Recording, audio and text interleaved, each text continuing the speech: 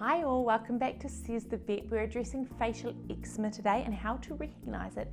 It's a big New Zealand issue and is super common, one of the big summertime diseases we need to make sure we're preventing from taking hold. So make sure you're on the ball. Stick around, I'll see you in just a sec.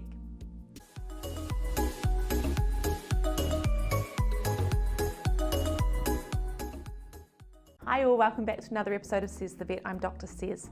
So facial eczema is actually a disease of the liver in grazing animals.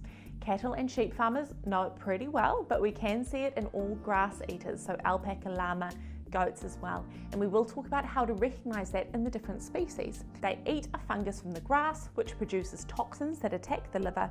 Now, when the liver is damaged, we get compounds from the grass that are usually excreted by the liver, unable to be excreted by the liver because the liver is struggling to do its job, so they end up building up in the skin instead, hypersensitizing it to UV damage from the sun.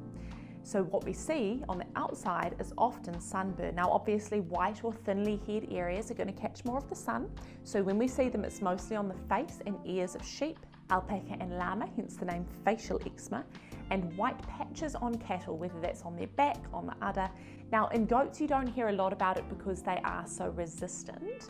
A feral goat, for example, would need about 8 times the amount of fungal toxin that a sheep would need to see the disease, but your Sannins, your standard white goats, will show disease with just 2 to 4 times the amount of toxin that a sheep would need. So still very hardy and resistant, but we absolutely can see disease on properties, and I do see disease with heavy loads of the fungus. Now often in goats it's actually the large low-hanging hairless udders that are really vulnerable in the sun. We will see burning. But I guess the big thing that often goes misunderstood is that the sunburn you see is the product of a failing liver. So there will be other symptoms of liver failure going on the inside: nausea, low blood protein, build-up of toxic compounds in the blood, and because of this we can see it manifest in other ways as well that a vet would pick up but an owner probably wouldn't. For example, when blood protein is very low, fluid starts to leak out of the blood vessels, and this can leak into the lungs, making it sound like pneumonia, but really it's a false pneumonia. Or commonly this fluid will leak out into the space under the skin, into the subcutaneous space, wherever gravity pulls it. So commonly under the chin, we call this bottle jaw, or down around the lips in grazing animals that are still eating, because they're grazing, right? They're hanging their heads down low, so that's where fluid's going to get pulled by gravity.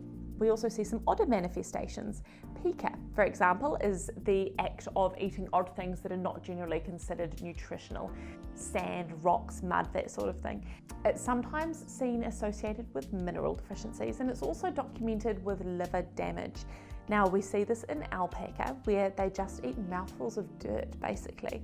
Because it's not always a simple reason why they're doing this, you will absolutely want to run full blood work and check their mineral status and all the rest of it to see what the underlying cause is. And then another little oddball with camelids, the eyes are accessory lymph nodes, and lymph nodes fire up when the immune system is dealing with inflammation. So specifically in camelids, that's your alpaca and llama, we see white cloudy eyes where fluid from the inside of the eye is not able to drain well because the inside of the eye is so inflamed. So the eye ends up building up with fluid on the inside, that pressure increases, and the eyes actually look like they're bulging. Now anything that causes this in the eye should be considered an emergency and needs treatment for the eye, not just the liver, but the eyes themselves to help them drain. You can lose vision and end up with permanent damage there if that's not addressed quickly. Now what you might see in all species is fluid leaking into the conjunctiva around the eyes. Again, this is from dilute blood, from very low protein, and sometimes if you're really observant, this might actually be the very first thing that you see before any sunburn or any other signs. So if you pull down that lower eyelid, you'll see puffy conjunctiva that almost looks kind of bubbly. Now here in New Zealand, some of these signs will cross over with other common causes of disease at the same time, like Barber's poleworm, for example. So bottle jaw, puffy conjunctiva, these just tell us that the blood is dilute, but it is not specific to facial eczema, so you will need to get them checked out. On top of that, even if they have sunburn and are diagnosed with liver disease, it's still not necessarily going to be facial eczema. It's very likely if it's the right time of year, but you can't be certain without diagnostic testing. Ragwort toxicity, for example, liver fluke, there are many other causes of liver damage. So while you're probably on the right track with facial eczema, if this is a high value animal or a pet, it's always worth getting a proper diagnosis there so that you know you're treating appropriately and not missing the boat. And my last note with how to recognise facial eczema is that what you're seeing in the flock is the tip of the iceberg.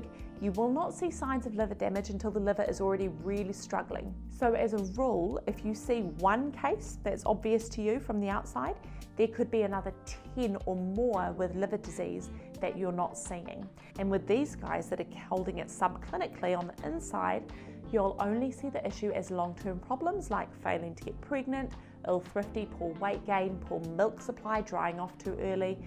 This fungus thrives in hot, humid weather, so worse up in the high north of New Zealand, and that risk period stretches across the warm summer, spring months, January to May-ish. If you're in the warm North Island of New Zealand, you probably will have it on your property, you just don't know. And these animals with hidden disease and scarified livers can cost a farm thousands of dollars a year and can cost a pet a nice, long, healthy life. So this is obviously just a how to recognise facial eczema episode. Subscribe by hitting the emblem down below to catch the next episode on prevention and when and how to prevent for your different species. I'll also likely do one on treatment as well. If it's already up, follow the link to jump over there and feel free to thumbs up or comment away. I will see you for the next one. Cheers guys, bye bye.